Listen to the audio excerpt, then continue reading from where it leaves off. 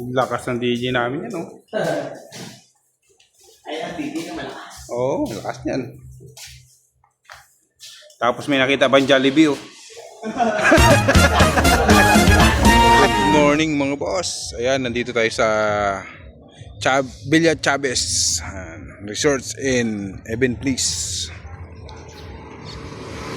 So ayan, may sit up tayo rito.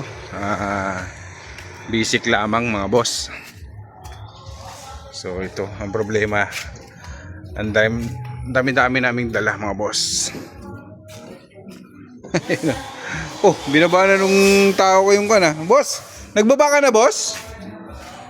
Hindi na, boss. Ha? Shout out boss. Ayan, oh, magaling na kanto. Shoutout kay boss. Ayan, oh. Mahusay yan. Biro mo siya, tumitira nito mag-isa, oh. At malupet. Magandang lahi yan. Talay siya. Ayan na nga. Binaba na namin isa-isa yung mga box. Yung inuna namin yung lights, tapos yung speaker, ayan. Tapos yung mixer, ayan. Tapos kinabit ko na dyan yung speaker stand. Tapos sinunod ko na yung speaker natin. Yung kabila, inayos na rin ng DJ ko. Tapos sinunod ko na yung wire. Siguro 6 na wire lang yung aming binaba dyan para hindi makalat sa venue yung mga box namin. Tapos XLR, 2 XLR lang yung ginamit namin dyan. Gawa ng meron kaming transmitter at saka receiver. Tapos yung cube light na 2 piraso binaba na namin. Yan. Tapos sinunod na namin yung mga ilaw na yan, mga boss. Yan. Pinaliwanag ko nga dyan sa catering na babaan lang namin yung ilaw namin. Gawa ng meron silang mga balloons sa ceiling. So kailangan namin iangat ang overhead naman yung pinakati niya para hindi naman tumama sa mga tao. Sa ulo ng tao yung kanya, yung T-bar niya. So ayan. Inuna ko na yung mga connection niyan.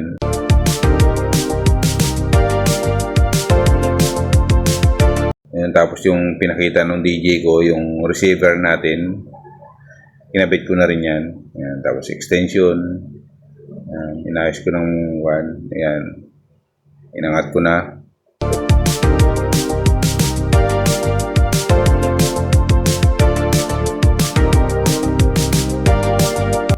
Dito naman tayo mga boss sa paglalagay ng backdrop. 4 na lights yung nilagay natin dyan. So mas maganda ilagay ang backdrop kapag ganyan hindi pa sila tapos dyan para maaluan kang mapaglagay. Yan. Yung 4 na RGB natin, yung flat yung nilagay natin dyan.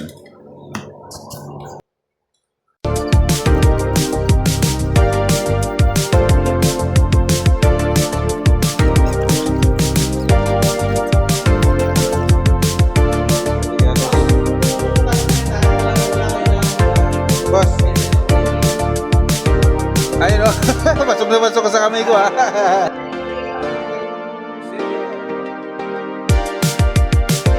Sinunod na nga pala natin yung connection ng ating receiver. Ayan.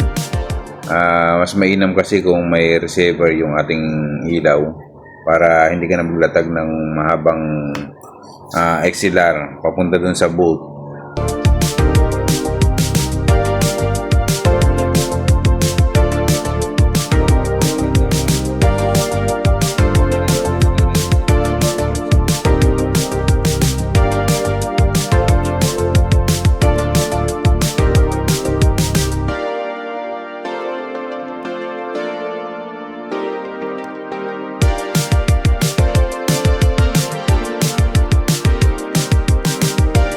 Testing nga boss.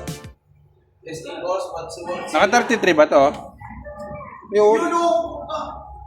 Ayun agad. Ayun agad po. Ayun agad. Oh, matig. Ayun agad. Mamaya na lang ilaw natin. Maliwanag. Ayun lang. Ayun lang. Okay na raw sa kanya yan, ma'am.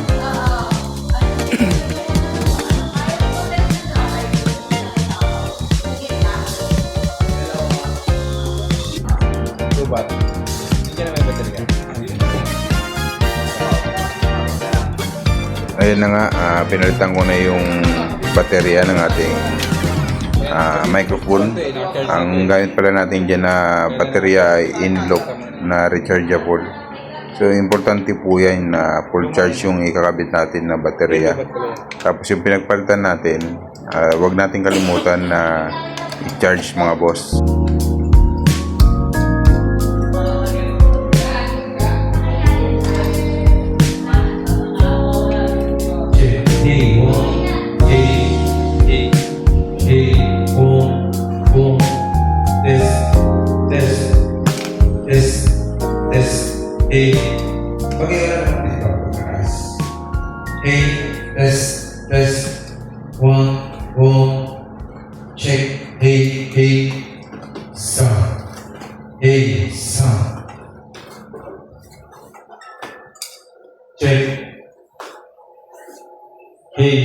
Check, sound.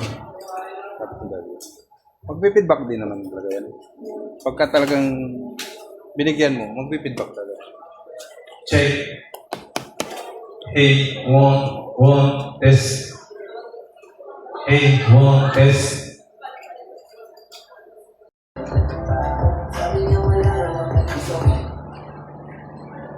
After ko nga palang ma-sound check, ayan, sa part na yan, sinusubukan na namin pailawin yung ating mga ilaw.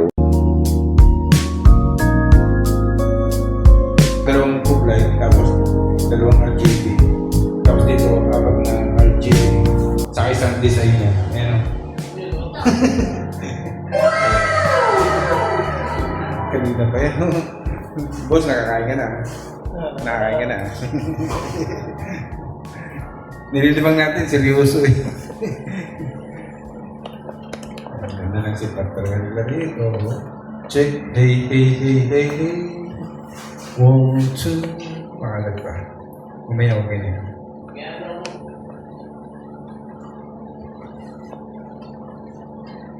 Check. Hey.